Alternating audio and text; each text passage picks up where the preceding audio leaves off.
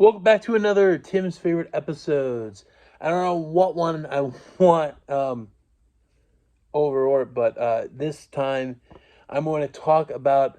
I've talked about My Babysitter's a Vampire in the TV movie, and I'm going to save the TV series uh, retrospective. I talked about it before, but I want to do another video because that's when I was still in high school.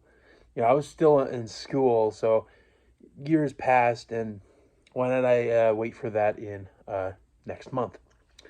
So this time I'm going to talk about an episode, My Babysitter's a Vampire, my personal favorite episode of the series,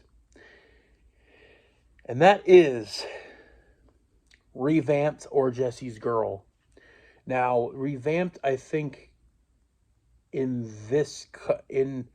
the United States, it's called ReVamped, and in Canada and internationally, I think it's called Jesse's Girl. But this is my favorite of the series, my favorite episode, because it is the season 1 finale, and it was perfect.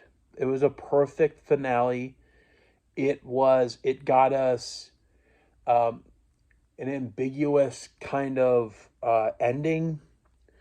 Like, what if Ethan got bit by Jesse? The writers could have done anything.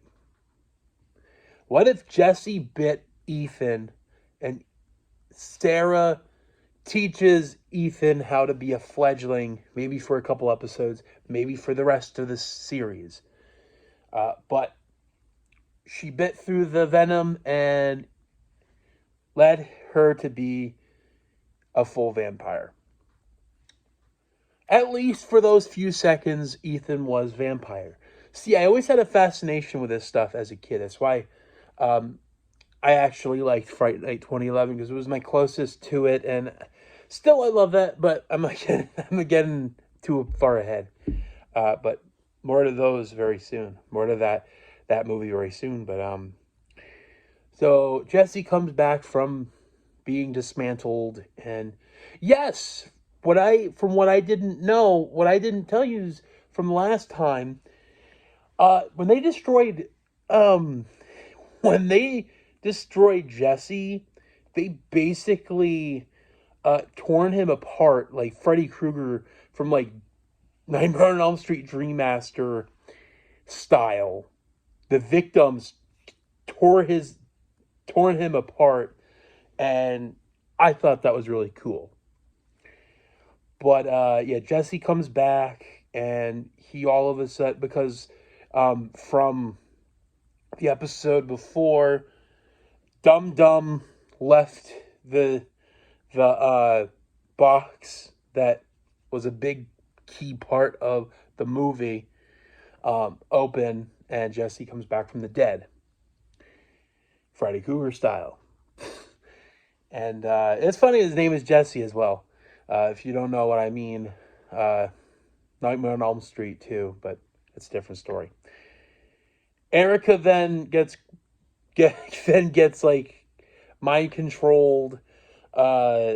Rory is like in an astronaut costume because this dance they were going to the dance, and it was this like night dance. It was really this moon night dance, and that was also funny. Was they had a camera on her, and vampires can't really look in the mirror or through anything, and I thought that was funny as well in the movie, where they try to take a picture of the three of them, and like they bump up Sarah because that would hurt her. In other words, kill her, put her into that loop.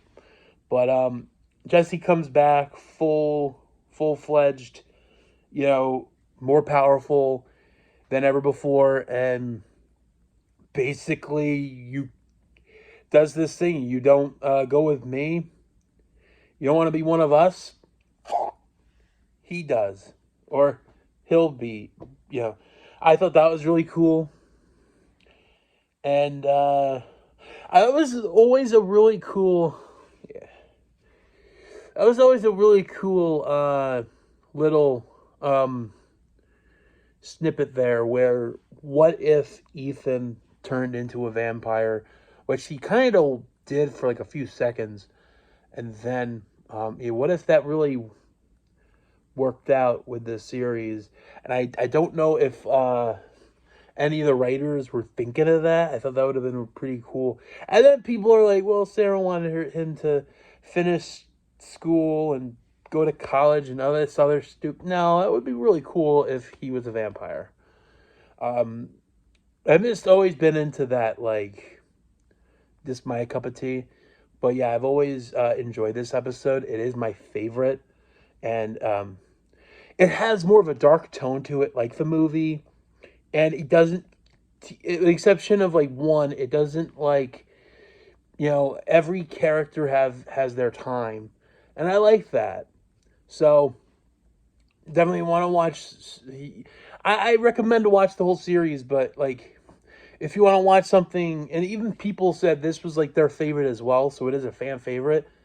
If you want to watch a really good kind of haunting hour-esque, check this episode out.